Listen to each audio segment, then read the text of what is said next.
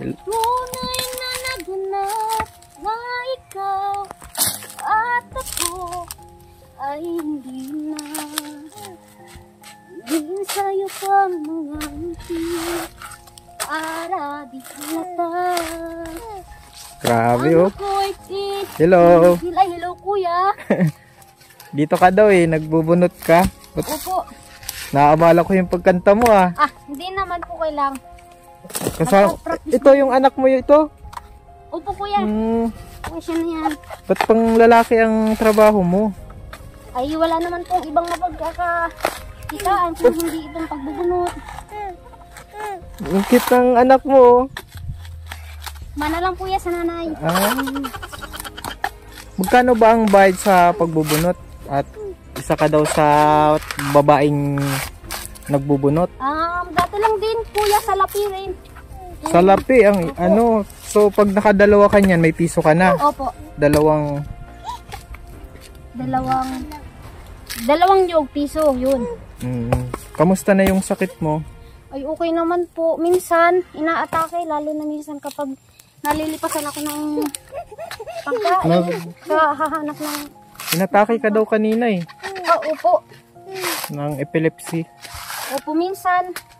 Pero, sabi ko nga, panabubunot ako, sana wag naman ako sugmatin kasi baka ako pumasok dito ay. Kaya nga, delikado eh. May pagkakataon ba na inabot ka ng epilepsy mo habang ginagawa mo yan? Dati po, basta may nakakita naman sa akin. Grabe, ilang beses na? Siguro po mga 3. 3 beses. So sa ilang taon mo ng pagbubunot, 3 beses ka pa lang naman inabot. So buti hindi ka yung 3 beses mo na inabot, di ka tumusok dyan. Hindi po, may nakakita naman sa akin, may tumulong. Tapos pinaupo na lang nila ako dito sa tabi para daw maanuhan. Mahimasmasan. Oo. So nakakainom ka pa naman ng gamot. Minsan po, nahingi ako sa center. Pero minsan... Yung asawa mo, bakit hindi nagtatrabaho? Wala na po eh. Solo parent na po. Solo parent nga pala. 2 anak. Wala, yung ama niyan, wala. Di nagsusustento po. Hindi naman na. Kaya ganyan ang diskarte mo. Opo. Anong nangyari dyan sa mukha mo? Ba't may pasa? I mean, kapag nga po, nang inatake ako, ayun, napatama. Napatama? Oo. Grabe ang bilis mong magbunot ah. Dito ka daw nagbunot, ka daw ng nyug eh. Opo, nanghanap po ako ng nyug. Sabi ko, pwede maghanap ako ng nyug para may maibili ako ng gatas at bigas. Hinaano ka daw dyan, yung kinukuha ka na taga-bunot? Opo. Manapunta rito, kinukuha ko magbubunot. Ay, kahit na may epilepsy ka, ka pa rin? Bakit mabilis ka daw? Mabilis? Opo, sabi nga sa akin nila. Ang bilis mo. Noong una, sabi nung nagpabunot, kaya mo ba yan? Sabi ko, kaya po. Kahit babae mga kalinga po, napakasipag. Hindi ako magagawa ng walis, bubunot ako ng nyog. Extra ba? Naabala ko yung pagkanta mo ah. Ay, hindi naman kuya. Sige lang, tuloy mo lang yung pagkanta mo. Ganyan talaga. Ingat ha, baka matusok ka. Pero sanay na po ito si Mary Joy. Isa na po ito sa na-vlog natin dati. Yung nabilihan natin ng walis. May walis ka ngayon? Ay meron kuya, may 2 mahabang walis ako doon. Ay grabe, businessman talaga si Mary Joy. At kung may magpapagawa nga, ganyan, pag wala akong, hindi ako nagbubunot. May anak ka eh. Ilan nga anak mo? 2 kuya. Uyan, maliit na yung 2. Yung 2 na. May pinapaaral pa ako. May pinapaaral ka? Oo, yan. Nag-eskwela. Yung mo? Yung grade 1 mo? Opo. Siyempre, kailangan rin naman ng pambaon araw-araw. Kaya sabi ko eh. Ito po yung mga bata oh. So ito yung bunso mo no? Opo, magbe-birthday na kuya sa 29. Ano pangalan niya? Rachel Joy po. Rachel Joy. Hello!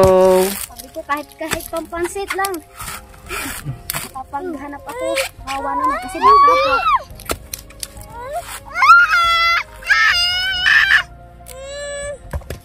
Hindi may langaw. Maganda ko kahit na pansit. Kawawa man na wala po yung tatay. Alam nung tatay na nakikita yan ng tatay niya, yung bata. Yung kuya kung makita niya. Kung makita niya sana. So wala kayong contact nung ano? Wala po. Sana maawa naman siya sa sitwasyon na ganito yung anak niya, matulungan niya. Mapagsustentuhan niya. Cute na cute man pati oh. Ang cute man pati ni Bibi oh. Grabe to, ang bilis niyang magtrabaho. Saan mo hinanap yung mga nyug na yan? Diyan lang kuya sa mga nyug, ano yun, diyan kahit saan. Ito sa'yo talaga yung ano mo? Nakikihanap. Yung pang ano mo gamit mo? Ay ito kuya, hindi po sa papa ko to. Hinihiram ko lang din sa kanya. Pag hindi nila gamit, ayun. So ano yung ginagamit mo sa pagtatrabaho mo? Aling ano? Dalawa kasi kuya yung ganito namin. Dalawa. Opo. Yung isa, minsan, pag available, kahit nagkakawit sila kapat, available naman yan. O mga kaliyong, kasama mo yung anak mo, maliit. Ito lang mag-aalaga, kundi ako rin naman. Ay, malakas! Kaya yung ano. Ilang taon na siya? Magdadalwa kuya sa... Ano ate? Magdadalwa siya sa January 29. Tama rin, magtutulong. Nagbubunot, naghanap na nyo para may maibili kahit pansit. Bibili mo siya ng pansit. Panghanda niya kahit kakukunti, kahit 1 kilo. At mas bagas, bigas rin naman, mabili rin ako ng bigas. Kaya dapat talaga maghanap, magdiskarte. Oo. Sabi ang ano ng buhay mo, no? Mga pagsubok din sa buhay mo. Ano yung inspirasyon mo para magpatuloy? Ayun, siyempre ko itong dalawa kong anak. Yan na rin yung nagpapalakas sa loob. Asan yung isa? Ay, baka po naglalaro lang. Naglalaro. So ito yung kasama mo. Nagtutulong oh. Bibi, wag na mag-ibat yan. Wawa naman ikaw. Baka maanan yung paa mo. Sama na po. Opo. Nung sipag ano? Mana sa'yo ano? Masipag. Opo, sabi ko ngayon. Nakangiti oh. Nagdadadaldal na din. Kuya, parang sinasagat na siya na nabuo. Sinumbong. Nagsumbong siya, pinalo daw siya. Ganyan ka, pinalo ka na? Oo. Pinalo mo yung lamok? Pinalo daw siya. Ano nga ang pangalan niya ulit? Rachel Joy. Rachel Joy. Yan pong ang inspirasyon. Ilang taong ka na ano? 25 po. 25? Mag-aasawa ka pa? Mahirap po yan sabihin na hindi. Mahirap sabihin na oo. Kasi nga kung mag-aasawa ka ulit, tapos lulukuhin ka rin naman. Tapos makita nila yung sakit ko. Baka pangkandir, sabihin nila nakakadiri yung sakit ko. Kasi may sakit ako ng epilepsy. Baka pag nakita nila, sabihin nila kadiri naman pala to. Ito ganyan. Kasi may sakit, nakakahiyang ipakilala sa pamilya, ganyan. Kaya iniwan ka nung kaya sabi ko, mga ano? pinaka ko itong 2 anak na lang. Pag patapusin ko ng pag-aaral, tapos alagaan ko para kako kahit tumanda ako at alam ko may sakit ako, may mag-aalaga sa akin. Siyempre, magtatrabaho yung paglaki pag nagpatapos ko. Tutulong sama kako na sabi ko, tulong naman yan. Ano ang pangarap mo? Pangarap ko lang kuya talaga, sabi ko mapatapos ko ng pag-aaral kong 2. Na mapatapos mo sila? Opo, mapatapos ko ng pag-aaral. Para ako, kasi ako di ako nakatapos ng pag-aaral. Hanggang grade 10 lang, nag-alis ako. Tapos ganito nga.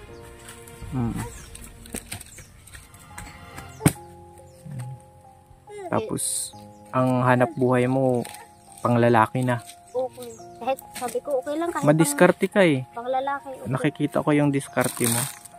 Nagtitinda ka ng walis. Kahit pang lalaki, di ka na nahiya doon sa mga ibang tao na ano. nagsasabi na babae ka naman, bakit yung nagsasabi na babae ka naman, ba't ikaw ang ano? Hindi ko po kinakahiya yung trabaho kong pagbubunot kasi alam ko naman na marangal naman yan. Sabi ko nga po, di baling magbunot ako ng nyog, bakit pagbunutan ako dyan sa kanila, basta ka ako marangal na trabaho. Isa ba ganun, magnakaw. Sabi ko, ano na lang, magbunot na lang ako ng nyog. Kahit ako pa paano, ay kita ako. Kahit kaunti, para din sa dalawa ko. Tama. Minsan naghahanap din ako minsan ng kangkong dyan sa may Danawan. Kukuha ako. Ano bang may naisip ka bang ibang ano, negosyo ba na ano pwede mong gawin? Pang negosyo siguro ko, sabi ko okay lang ako magtinda. Kasi yung pagtinda ng walis negosyo yun eh. Pagtitinda-tinda din. Anong pagtinda? Anong ititinda? Sabi ko okay lang ako buy and sell ba, ganyan. Buy and sell? Oo. Tulad ng ganyan, nanguha ko ng kangkong dyan. Minsan pinagsasama ko yung walis tsaka kangkong, dala-dala ko yan. Oo. Pasan-pasan ko. Lalako ko. Kaya nakakakuha ka ng pambili ng gatas. Madami po nabili ng kangkong kasi malaking tali, ganyan, 10 piso lang. Kaya sabi ko, okay lang ako kahit na mura. Kahit 10 lang, at least hindi mo naman siya binili, no? Oo, pinagkuka ko lang din naman sa Maydana. Kaya okay lang ako. Ano pa yung mga tinitinda mo? Yun lang ko yung tinitinda ko, kangkong at kawalis. Dalawang yun. Pwede kang magdagdag. Kagaya ng mga pako. Opo, kung mayroon dito kasi wala naman dito. Mahirap din naman magpunta lagi sa bundok, no? So saan ka nakatira ngayon? Ayun, nandiyan po ako sa magulang ko. Nakikitira. Nakikitira ka ngayon. At buti tanggap ng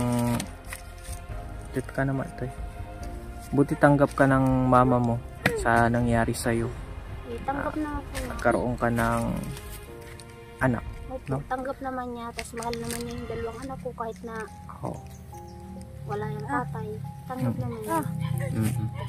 So paano ba yun nangyari na nakilala nila yung tatay? Opo, nakilala nila.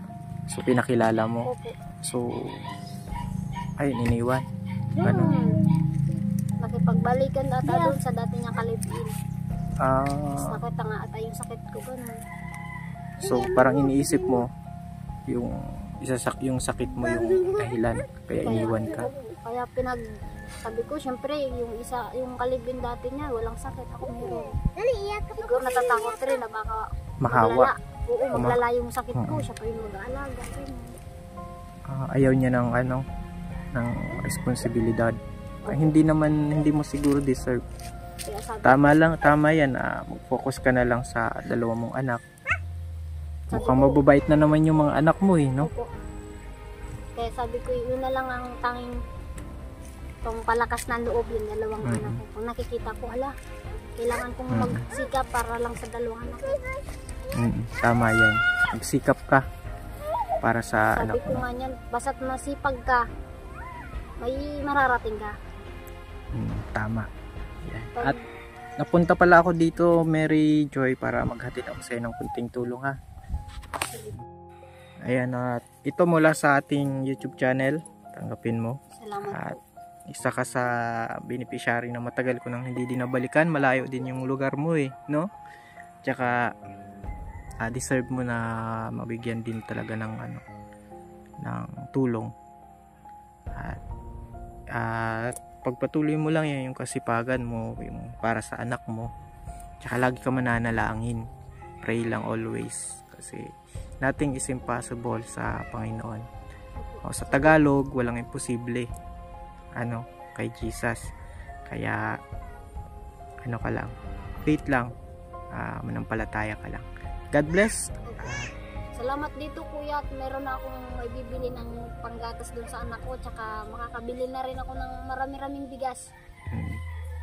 God bless Mary Joy. Pambaon po ng anak ko. Maraming salamat po dito sa tulong niyo. Sa mga kalingap sa anak ko. Bye-bye. At maraming salamat po sa panunood ng ating YouTube channel, Kalingap Alvin. Salamat po. bless.